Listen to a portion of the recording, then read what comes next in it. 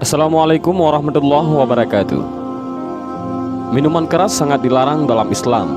Banyak yang mengatakan bahwa minuman keras merupakan sumber dari segala kejahatan. Mukmin sejati pasti tak akan mau menegak khamar walau hanya setetes, apalagi menyentuhnya. Lalu, bagaimana jika seorang ulama ternama sampai terlihat banyak orang memegang minuman haram itu? Tentu pikiran orang menjadi buruk tentangnya. Inilah yang terjadi pada penyair sufi kenamaan Jalaluddin Rumi. Kisah bermula saat murid dari Syam Tabrizi ini mengundang gurunya itu ke rumah. Sang guru pun memenuhi undangannya dan mendatangi kediaman Rumi. Setelah makanan untuk tamu siap, Syam mengatakan sesuatu kepada muridnya itu. "Apakah kau bisa menyediakan minuman untukku?" Yang dimaksud adalah arak ataupun khamar. Jalaluddin Rumi pun kaget mendengarnya. "Memangnya Anda juga minum?" "Iya," jawab gurunya itu. Jalaluddin Rumi masih terkejut. "Maaf, saya tidak mengetahui hal itu." "Sekarang engkau sudah tahu, maka sediakanlah." "Di waktu malam seperti ini, dari mana aku bisa mendapatkan arak?" "Perintahkanlah salah satu pembantumu untuk membelinya. Kehormatanku di hadapan para pembantuku akan hilang. Kalau begitu, engkau sendiri pergilah keluar untuk membeli minuman. Seluruh kota mengenalku, bagaimana bisa aku keluar membeli minuman? Kalau engkau memang muridku, kau harus menyediakan apa yang aku inginkan. Tanpa minum, malam ini aku tidak akan makan, tidak akan berbincang, dan tidak bisa tidur." Karena kecintaan kepada gurunya, akhirnya Jalaluddin Rumi memakai jubahnya, menyembunyikan botol di balik jubah itu dan berjalan ke arah pemukiman kaum Nasrani. Sampai sebelum ia masuk ke permukiman tersebut, tidak ada yang berpikir macam-macam terhadapnya. Namun begitu ia masuk ke pemukiman kaum Nasrani, beberapa orang terkejut dan akhirnya menguntitnya dari belakang. Mereka melihat Rumi masuk ke sebuah kedai arak. Ia terlihat mengisikan botol minuman, kemudian ia sembunyikan lagi di balik jubah lalu keluar. Setelah itu ia diikuti terus oleh orang-orang yang jumlahnya bertambah banyak, hingga sampailah Rumi di depan masjid tempat ia menjadi imam bagi masyarakat kota.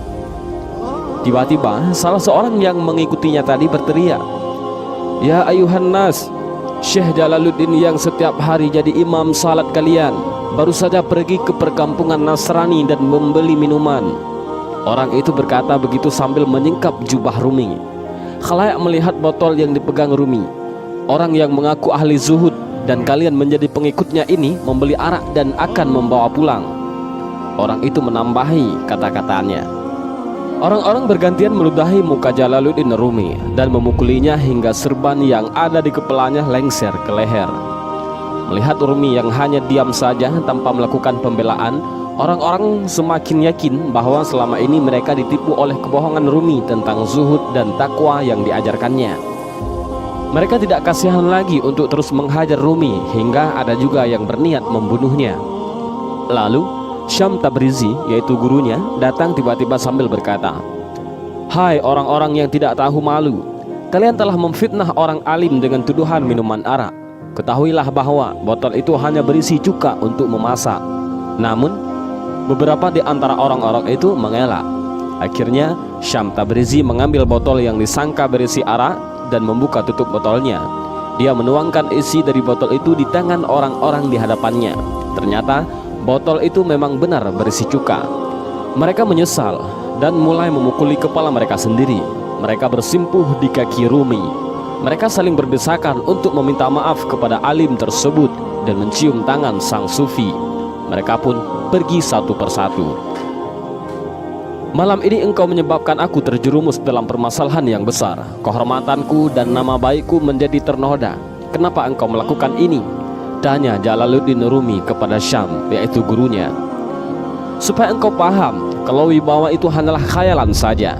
Mungkin engkau selama ini berpikir kalau penghormatan dari orang-orang seperti mereka adalah sesuatu yang abadi. Sekarang engkau lihat sendiri, bukan? Hanya karena satu botol minuman saja, semua penghormatanmu itu sirna dan mereka mulai menghajarmu sampai hampir membunuhmu. Ini kebanggaan yang selama ini engkau kejar sepenuh tenaga dan hilang sekejap. Bersandarlah hanya pada zat yang tidak tergoyahkan dan tidak patah oleh perbuatan zaman. Sandarkanlah dirimu pada Allah Subhanahu wa Ta'ala semata. Dan inilah kisah tentang Jalaluddin Rumi, salah satu sufi yang ternama. Mudah-mudahan kisah singkat ini bermanfaat. Wallahu a'lam bishawab. Assalamualaikum warahmatullahi wabarakatuh.